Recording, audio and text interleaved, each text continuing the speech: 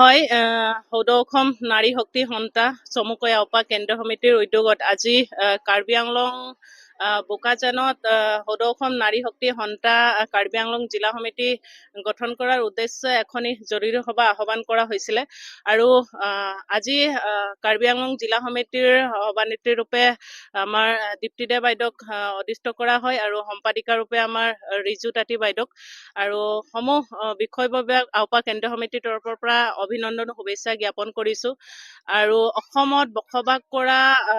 বিভিন্ন জাতি ধৰ্ম বৰ্ণ নিৰ্বিশেষে ধনী দুখীয়া শিক্ষিত অশিক্ষিত সকলো নাৰীক সাঙুৰি লৈ খোজ মিলাই সমাজখনত কাম কৰিবলৈ আমাৰ সদৌ অসম নাৰী শক্তি সন্থাই কাম কৰি আছে। গতিকে ঐচ্ছিক সামাজিক সাংস্কৃতিক ৰাজনীতিক কেউদিশে আমাৰ নাৰী সমাজক আগ্ৰগতিৰে আগবঢ়াই লোৱাৰ উদ্দেশ্যৰে আমাৰ আওপা সংগঠনে সমগ্ৰ অসমত কাম কৰি আছে আৰু লগতে আমাৰ নাৰী সমাজত বিভিন্ন সময়ত হৈ থকা অসহনীয় যিবোৰ ঘটনাৰ ওপৰত যাতে আমাৰ এই সংগঠনে মাৰ বান্ধি থিয় দি তেখেতসকলৰ ন্যায় প্ৰদানৰ ক্ষেত্ৰত যাতে মাত মাতি আগবাঢ়ি আহিব, এয়াই আমাৰ সংগঠনে কাম কৰি আহিছে আৰু লগতে আমাৰ সমাজখনত হোৱা দুৰ্নীতি অন্যায় অত্যাচাৰৰ ওপৰত যাতে আমাৰ নাৰী শক্তিয়ে মাৰ বান্ধি থিয় দি শক্তিশালী ৰূপে যাতে প্ৰতিষ্ঠা হয় তেখেতসকলে কাম কৰিব বুলি আশা ৰাখিছো আৰু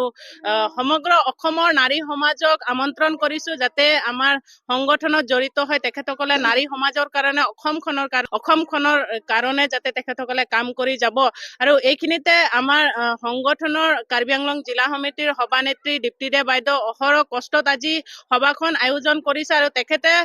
বহুতো তেনেকে নাৰী সমাজৰ লগত জড়িত হৈ কাম কাজ কৰি আছিলে আৰু তেনেকে মঞ্চ হয়তো পোৱা নাছিলে। আজি সদৌ অসম নাৰী শক্তি সন্থা নামৰ মঞ্চত যাতে আগত যেনেকে কাম কৰিছে তাতকৈও অধিক শক্তিশালী ৰূপে কাম কৰি যাব বুলি আশা ৰাখিছো। হয়, চৰকাৰখনে এটা কথা কৈ থাকে বেটি বাচাও বেটি পঢ়াও, এই বেটি বাচাও বেটি পঢ়াও শব্দটো একেবাৰে আমি অৰ্থহীন দেখিবলৈ পাইছো। আজি কোনোখিনিত কোনো নাৰী মহিলা সুৰক্ষিত নাই, সৰুৰ পৰা বৃদ্ধালৈকে কোনো মহিলা সুৰক্ষিত নাই আৰু এইটো সঁচাকে আমাৰ অসমখনত বাৰম্বাৰ আমি দেখিবলৈ পাইছো। কিছুদিন আগত আপোনালোকৰ কাৰ্বি আংলং জিলাতে তেনেকে ঘটনা বৰ হত্যাকাণ্ড সংঘটিত হৈছিলে। ইয়াৰ পৰা চৰকাৰক আমি এটাই কথা আহ্বান কৰিব বিচাৰিম, সদৌ অসম নাৰী শক্তি সন্থা আওপা হয় যাতে যিসকলে তেনেকে কাণ্ড কৰে তেখেতসকলে যাতে এই সমাজখনত দুনাই মুক্ত আকাশৰ তলত যাতে ঘূৰি আহিব নোৱাৰে, তেখেতক হত্যাৰ বদলি তেখেতক হত্যা কৰিব লাগিব, এয়া আহ্বান কৰিছো, এয়া অনুৰোধ কৰিছো আৰু তেনেকে আইন যাতে চৰকাৰে বলবৎ কৰিব লাগে। আইন বহুতো আছে নাৰী সমাজত, কিন্তু তেনেকে আইন এটা বনাব লাগে যাতে